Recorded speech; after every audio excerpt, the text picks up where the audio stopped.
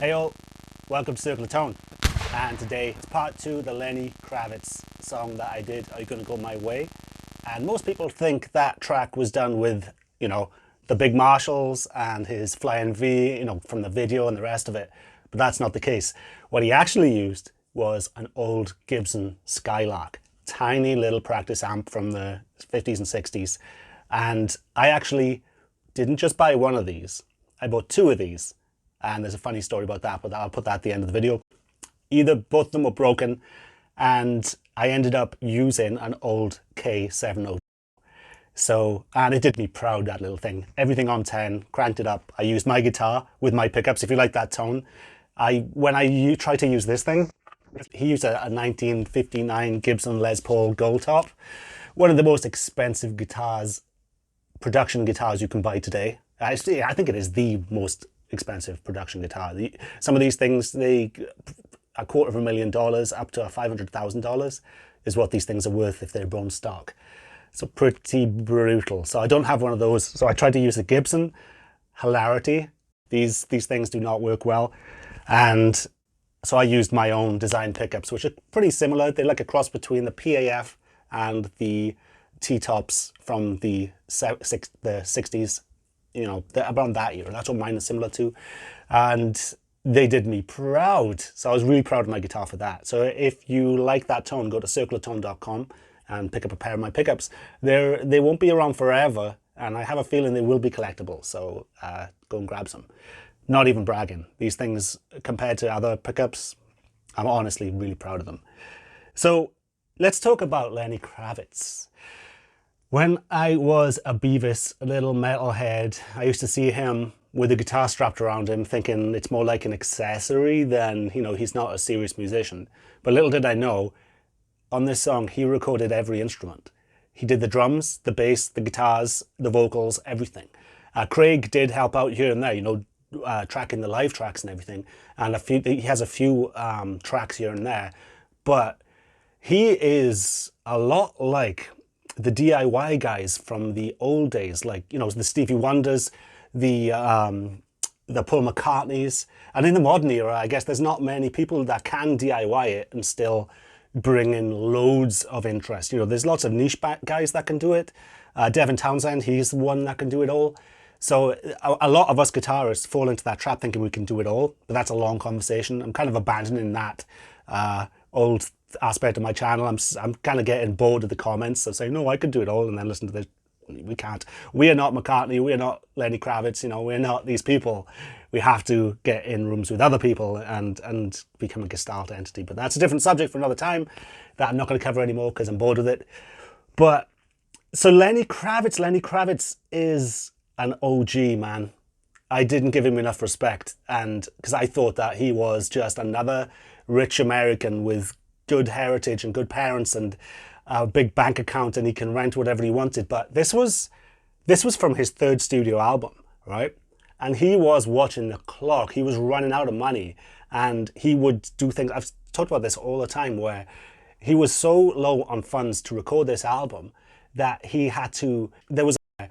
He was so low on funds to record this album that he had to, there was other bands knocking on the door saying, hey, you're running over slightly, because he couldn't get the good times. So he'd have to do the nighttime recordings and things like that. This particular track just started off as a riff, and he punched it together, and he had to run home because another band was breathing down his neck to get studio time. And he had to run home, write lyrics for the song overnight and practice his heart out and the rest of it. And then he came back and he fleshed it out. So this, just researching Lenny Kravitz has given me all it was to me was a tone that I loved and a vibe that I loved. I had no idea he was the drummer and the bass player as well on that song, because it has so much feel. And that's something that he hits on in interviews. I watch a lot of Lenny Kravitz interviews, and he does have that cool cat laid back thing which rubs up metalheads the wrong way. But then when he hits certain subjects, you see his eyes open, and he's so passionate about it. You can see him when he talks about certain things. I'll put a link to his interview in the comments. So just check it out. And you can see where he starts lighting up a little bit, because you can see when he actually really means what he's talking about. And a lot of it has a lot of parallels about the things that I'm complaining about in modern music. you know, with snare samples and bass drum samples, and everyone using Sans amps or dark glass and for bass, and not have, you know, the individuality of people's tone and feel and their own expression is gone because it sounds good, but it doesn't sound like humans, you know? So a Gibson Skylark, this little amp that could, with a, and the funny thing is with his Les Paul, the 1959 Gold Top, he would hand that around. So, you know, when Craig would do tracks, he would use that as well. So it's such a special guitar. And I think the secret to that is in the pots and the pickups and the electronics, because it would the old Central Lab pots would have almost like a flattening effect to the top end of it. So it was almost like kind of, and the bumblebee caps, things like that. So it was almost kind of, compared to modern gear, which is so efficient, it's almost broken. So a lot of what I look at when I design my own internals is that type of thing where, like in my guitar, I have the bumblebees. I do have specific pots, but they're Bones vintage style modern pots. They're expensive, but Bones are really good at this. They don't sound exactly like Central Lab pots because I do have them as well, and they don't take enough treble off. But it's almost like it leaves enough singing treble without it being too hi-fi sounding. Hard to explain. Essentially, the old Gibsons are broken, and but they're broken beautifully. It's hard to recreate that in today's technology because you don't have the old, you know, oil and paper capacitors. You know, they're all so efficient. Nothing drifts, nothing is leaking. You know, so it's a weird thing. But that's a big key to these tones that you hear has a lot to do with the electronics, and a lot of these electronics are on their last legs. But you got to time it right. There's so many parallels with his mentality and my mentality, even though I'm more from a metal and a thrash, you know, a heavy rock genre. Right in here, I have like 60s greenbacks, I have 70s blackbacks, I have creambacks, I have vintage 75s, all these different Celestion types. I have some reissues, like I tried to get the Bulldogs, the old Celestion Bulldogs, the Silver Bells, I think they're called. But they just disappear. They're like 15 watts, and you play through them and they go into dust, and they're $1,000 each. But on stage, when he plays live, he has these cabinets that look like regular big Fender cabinets, but they're all filled with different era speakers, even different sizes. So if he did a song on a certain amp, like say if he did it on, because he doesn't just use the Champ, obviously. He uses twin reverbs, he uses Princetons, Fender Princetons, he uses black faces, silver faces, everything in between. And he has them all on it. It's like the biggest analog Kemper you've ever seen in your life. On his stage, he has literally 9 amps, different amps, and literally 9 different speakers in the same cabinet, all mic'd up to weird and different. So it switches between them, and the switching system he has must be incredible. I think it's manually. I think he has a tech that manually does it for him. So talk about authentic. You know, today now he's probably Kempering it. I mean, I wouldn't blame him, but I don't know what he's doing today. But back in the day, he was, you know, crossing his T's and dotting his I's when it came to the gear. And I respect that. I respect him now. You know, a lot of these videos that I do where I don't even specifically like Lenny Kravitz as an artist in general, I love some of his guitar stuff he did, thinking that it was going to be some virtuoso guitarist doing his shit for him, and it's him. So it's like, you know, some people deserve where they're at. You see the Golden God, you see the swagger, you see a Snake Hips and the rest of it, and you're like, oh, f that guy. But now I'm like, he's a kindred spirit, man. He's a gear hound. He is a rhythm hound. I mean, he started off playing the drums. You know, he started off, then he went to bass. So he had all the fundamentals of his swing and his groove. He had that before he even picked up a guitar. And then he picked up guitar. And I thought that this riff was so hard. It's so hard. Underrated playing. And then I saw him playing it, like messing around, noodling it as if it was nothing. My fingers were killing me. All those bends, specific bends, like you're doing like 3 bends in a second. And he's a fucking good player, man. I didn't know that. So not only, and the biggest thing is songwriting. Like when I was talking about him doing interviews where his eyes would light up and he'd stare down the camera almost, and like he'd get out of that cool cat thing. A big thing that he was talking about was the song, the actual song, your guitars. The vocals, the actual melody is the most important part. And he would say like Jimmy Page, Hendrix, even though they're like virtuosos, they would fill around the vocal. They'd fill around the vocal with these amazing songs to take it up a notch. And what's going on in rock now, it's like a huge rock sound. And, you know, it's, especially with metal, everybody's pushing guitars and drums. So now we need to start thinking about the sing-along choruses and the rest of it. And what is your voice? You know, there was somebody on the Circle of Tone Facebook group who was asking about stoner rock and things like that, and what is a good amp, and he was thinking about getting a 15-watt Orange.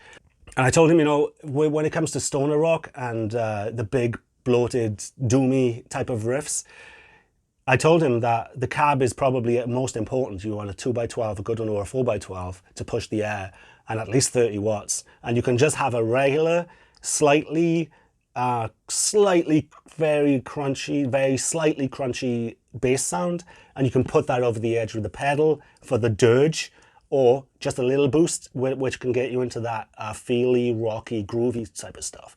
It's the power section of the speakers is so important in this. With my setup, if you want to know how I mic'd mine up, I had one close mic on there, like a $20 ATM 40, I think it is. I'll check that out. But you can go to my Instagram to look at my exact mic positions. So I had one close and one far, which was just a regular large condenser far away to get a little bit of the room in there as well. But I think I got the vibe. I was really happy with it. I was like, God damn.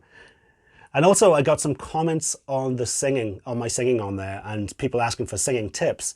And I'm going to do a top 10 of my tips as a guitarist that kind of sort of sings, because I just wing it. But I do wing it with thought, and I put a lot of thought into it, not so much a lot of practice into it. So obviously singing, you got to practice and the rest of it. But even practicing, especially practicing on YouTube, you can pick up bad habits. You can become cookie cutter.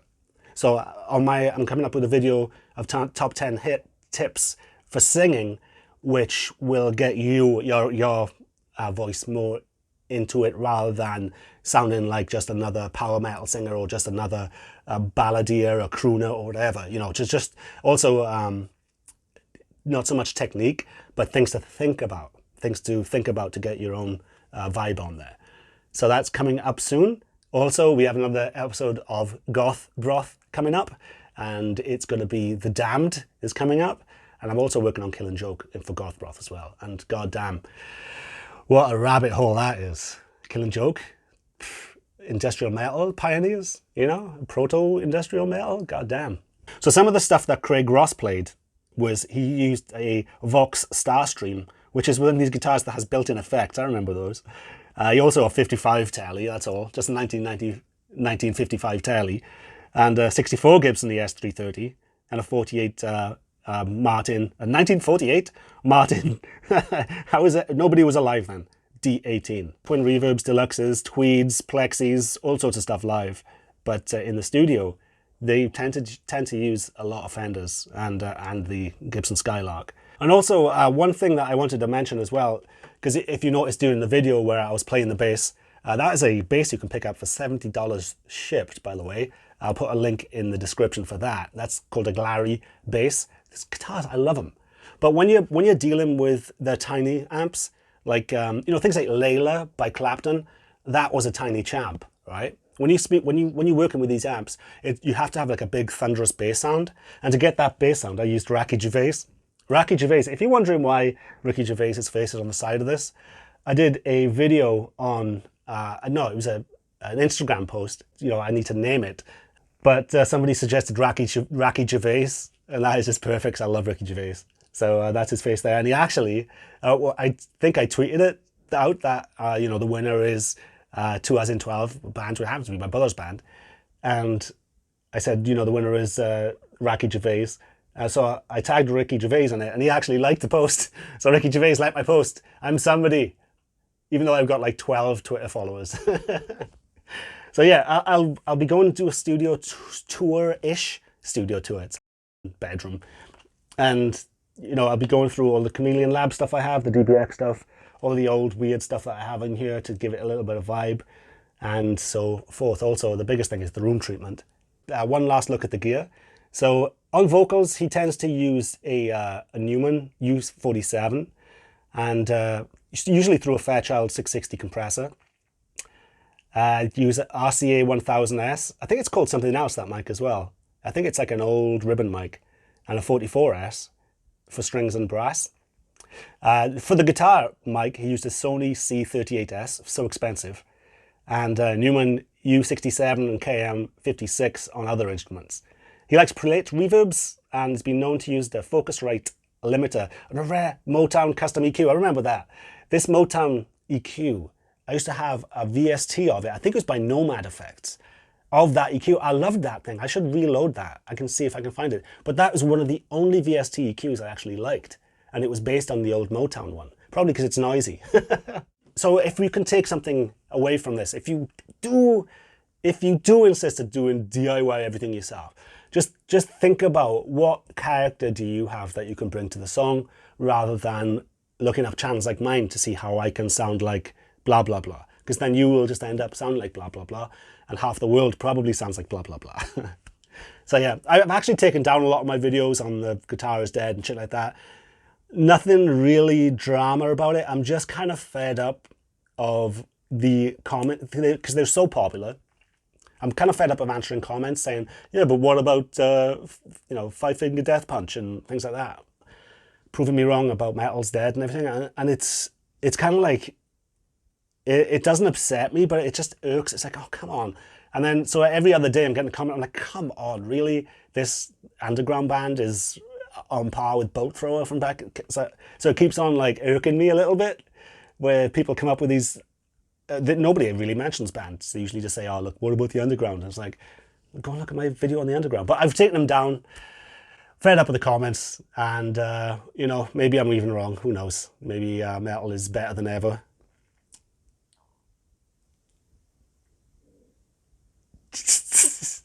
All right, chaps, you've been awesome. My channel is fucking dead. The last video I did, the Lenny Kravitz one, is the worst performing video I've ever done in recent memory. Actually, yeah, let's be literal about it. It's the worst performing video I've done. I literally had one comment in 2 days on all of my videos. How many videos do I have? Hundreds? In the last 2 days, I had one single solitary comment. And it's basically metal, rock. If I swear, it gets you don't get visibility anymore. So it's a form of censorship, really. So our channels are being censored. Watch out for your lyrics, guys. You in a black metal band and you say naughty words, uh-oh, you're going to be censored. All right, that's it. Hopefully the audio wasn't bad. I forgot I shouldn't be moving around because my my interface died. So I've ordered a new one, and this one's going to be sent back in RMA. So I was going to play guitar on this to show you the different tones of the K amp that I used, but I can't mic it up properly. So that's that. So stay tuned, please. I could say share, but you know what I'm saying about censorship. If you share something that's been blackballed on YouTube, like my videos, say if you share it to Facebook, less people will see your post of sharing. So even sharing now is, it used to help, and now sharing doesn't help because you're going to be blackballed without even knowing it, and you might get like two thumbs up on it or something. They actually, I've had some people complaining, people who actually watch every video and like every video, they've been unsubscribed twice from my channel. And they even, you can hit the bell to get alerts. They unsubscribed my own wife from it, and she likes all my videos. So it's like, we're up against it. I don't want a victim mentality, but when I think some of these videos that I'm doing are some of my best, and they're doing the worst. So, oh well. Oh well. But I'll keep on plugging away. I do this because I love it. You guys are awesome. And thanks to my patrons at Tone. I haven't had any patrons recently. But so if you do like my channel, you can help out financially by going to circleoftone.com, and there's a few links or just go to Patreon, search Circle of Tone, or links are below. Have a good one, chaps, and I'll see you next time on Goth Broth. Circle of Tone.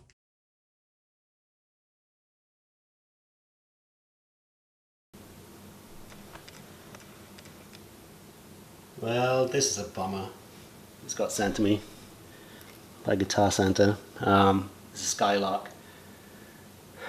But the speaker tabs have been snapped off. The speaker itself, I'm not sure if you can see, I'll just check from this angle.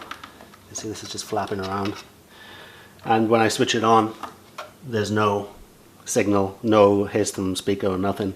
So I'm not sure if internally these are detached from the speaker or there's something else going on in here. But that's sad news, man, because I was going to use this to recreate one of the greatest rock tones of all time, Lenny Kravitz, Are You Gonna Go My Way? You know, the dun dun dun dun dun dun dun dun dun dun dun dun. That was this little amp. And either Guitar Center or UPS fucked it up. It was really, really well packaged. Can't complain about that. But it's just been shaken to bejesus. But that's so sad. This is so sad. Yeah, not going to point a finger. Maybe they tested it out. Maybe it was shipping. Maybe it was vibration. Who knows? Oh well.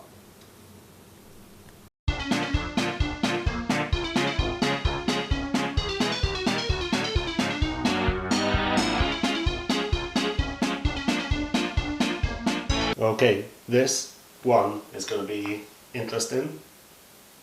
It has Gibson written on top of it in magic marker, so you know, it's play authentic. We have some stories with this one. It's kind of a troll, but also make a point, right? I bought this amp and it came to me destroyed, and I returned it to West Palm Beach Guitar Center. The guys at Guitar Center in West Palm Beach are great. The manager's great, the guitar techs there are great, good people. So I went online to look for a second Gibson Skylark, which I saw that was online in a different Guitar Center for cheap. So I was like, I'm going to get this because I want to do a video about Lenny Kravitz, Are You Gonna Go My Way? This is the amp, right? But I just saw, a day after I returned this busted, I think UPS fucked it up, to be honest. Speaker tabs hanging off the spider of the speaker, and I didn't even turn on. Well, it turned on, but no sound, not even a hiss. They put it back up for sale. So, did they fix it? In a day?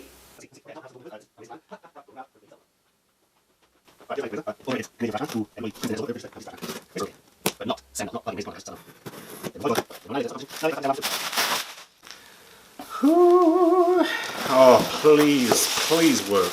I really want this to work. Okay, let's have a look. Speaker tabs hanging off it. They resold me an amp, and let me check that it's in shot. Speaker tags. Let me just make sure you can see this.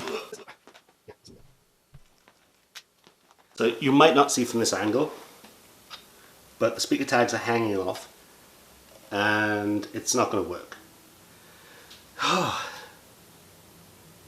It's just disappointing that UPS, this is still hanging off it. What is going on? I thought this was going to be a funny troll, but I'm still upset that this beautiful amp, which is like half a century old, was fucked up. It doesn't have the back on it even. I don't know. Oh well, it's a video. It's a shit post. So what do I do? Unbelievable. I couldn't believe it when I looked for, because there was two Gibson Skylarks. One of them was like $300, and that's a good deal for this amp. And the other one was $280. And I got the one that was slightly more expensive because it said it was in better condition than the other one. And it comes to me with speaker tabs ripped off. And the Guitar Center in West Palm Beach, the guys that work there are awesome. So what pressure is beneath amazing guys to send me a broken amp?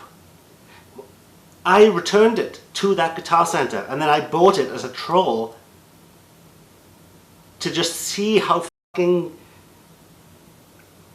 brazen these people are that run these companies, that own these monopolies. So you can't rebuild this. You can resell it, you can't rebuild it. So yeah, no satisfaction for me to hear this being played with everything on 10, which is what I wanted to do. But yeah.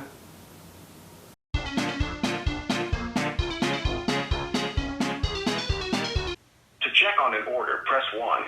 Returns and exchanges 2. And for all calls may be recorded or monitored. Thank you for calling the Guitar Center. This is Kevin. How may I help you? Oh, hey Kevin. I've had an issue with an amp that I bought, and I need to return it. Yeah, what's the order number? It is... So this has passed the return policy. You would be unable to process a return for this. Oh, really? What? Let's take a look here. Do you happen to have a local store nearby you? I do, yeah. By any chance? That's a bit tricky though, because I actually had bought this amp twice now. I bought it and I returned it to the West Palm Beach, which is near me, nearish, 30 minutes away. And it was broken, the speaker was hanging off, and there was no noise coming out of it, and the grill cloth was hanging off it. It basically got trashed. So I returned it, and then I saw they put it back up for sale in the same store, in the West Palm Beach store. So then I figured that, the tech had fixed it or whatever, so I bought it again, and it was in exactly the same state that I dropped it off as broken. Oh gosh. And if you look at, I'm not sure if you can look up the actual, the first time I returned it, they put in all these details, all of the things that were wrong with it, like the back was missing from it, things like that. So it's, I did call on the day that I received it, and it was in bad shape, but apparently the number wasn't working on the Saturday. So No, I'm showing that this is delivered on the 29th. So with the vintage equipment, you got 3 days. So today is day 3.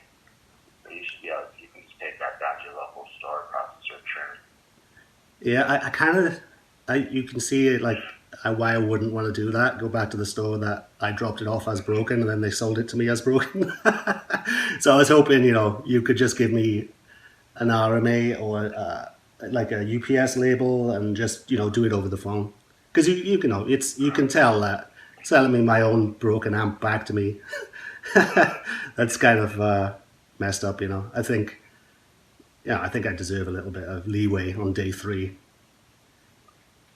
I can see if there is anything I can do, but yeah, do gotta follow policy. I'll be back here shortly for you. Okay.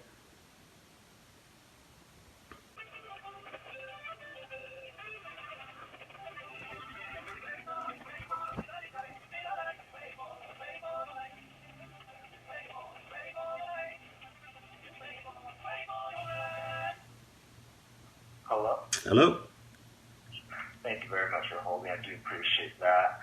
So unfortunately, I won't be able to process the return on my system. It just will not let me, because I guess the day 1's the date of delivery, so we'd be on day 4.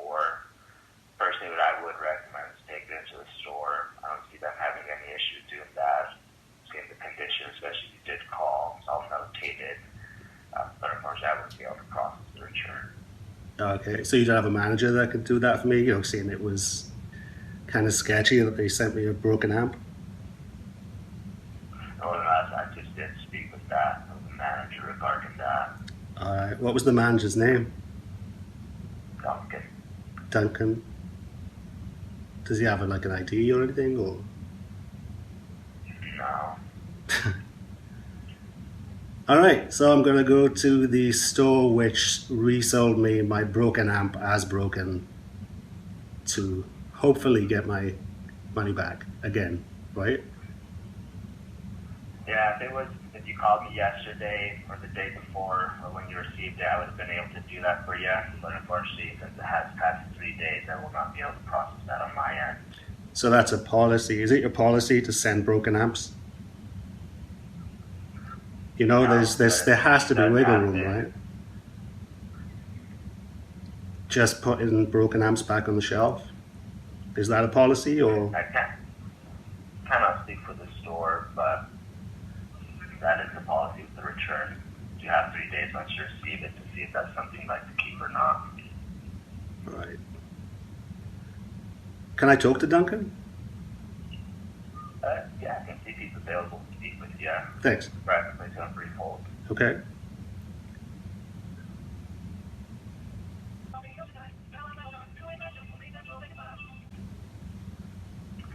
Hello, am I speaking with Owen? Yep. Hello, Owen. My name's Duncan Clausen. I'm a supervisor with Guitar Center Online. How are you doing this morning? I'm doing okay. I'm glad to hear. I understand you're kind of running into some difficulty with the vintage amp that you got. Is that right? Yeah. It's a long story short. I bought it from a different Guitar Center a couple of maybe 10 days ago, and I received it and it was broken. I presumed it was broken in shipping, so I took it down to West Palm Beach to get my money back, and they were great. They put in the notes that it was broken, and the speaker tabs were hanging off, and the speaker was actually rattling around in it. The back wasn't on it. The grill cloth was all ripped, and it obviously didn't make a sound. So I returned it, and then I remember that there was another Gibson Skylark for a similar price at a different location. So I searched, once I got my refund, I searched for that amp again, and I saw that they put my one up for sale in West Palm Beach, the one that I dropped off as broken. And to keep in mind, they put in all the notes. They were really good, actually, with the return. So I figured that their tech had fixed it and put it back on, for sale. So I bought it again, and it came back exactly the same as I dropped it off as. Oh dear. So you can see, I really wanted this amp. I mean, it's sad to see if an amp did initially get messed up, an old amp by UPS or whatever. But selling it back to me was kind of bad. And then there was no actual, with the box, there was no information in my receipt. There was usually there's a packing slip with it. There was no packing slip and no information on a 3-day return. And there was no information on a 3-day return, in my email that I got from the sale, And so obviously I've gone over a day apparently, and I don't want to go back to West Palm Beach, which is 40 minutes away, to drop it off to the guys who resold me the broken amp. You can see, so I appreciate if you could do a little bit of wiggle room and just give me a refund and maybe give me a UPS label so that I can get on with my day. Definitely. And the first thing I want to do is I want to apologize that they had relisted that and then shipped that to you again and nothing had been different. If I was in your position, Owen, I'd be pretty disappointed. Right.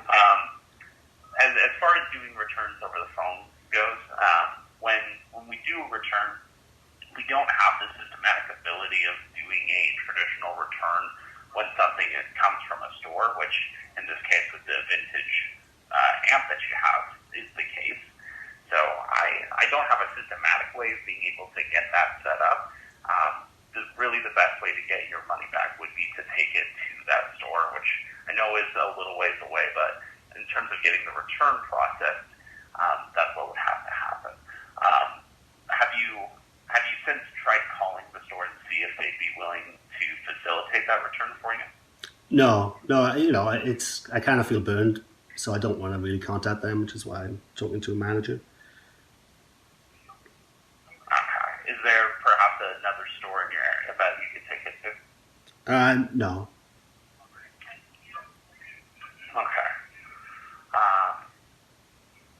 Yeah, I won't be able to process a return just for the sake that I don't really have the ability of doing so. But if you do take it to them, and especially with you being just a day outside of the return process, I imagine that they would be accommodating, especially considering that you've worked with them before and that you're returning it for the same broken reason. And with where you're at, so that way you don't have to make a drive without any sort of guarantee, I would strongly encourage that you give that store a call in advance and maybe even speak with the individual who set up the return previously. Taking a look at the notation, it's looking like their name was Stephen. You could ask to speak with them, plead your situation, and I imagine they would be accommodating for you. Okay, I'll get in touch with them. All right. Would you like me to grab their phone number for you? Yeah, sure.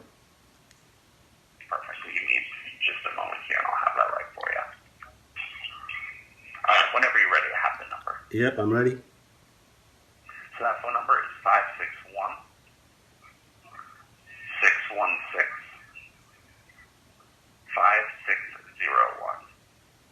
561-616-5601. All right. All right, Duncan. All right, Owen. I apologize for the circumstance and the situation. I do wish that I could do more regarding the return, but with the limitations that I have, I do have to send you over there. Okay. Any other questions while I had you here, though, Owen? No, that's it. All right, then, Owen. I hope you have a lovely day. You too. Bye. Right.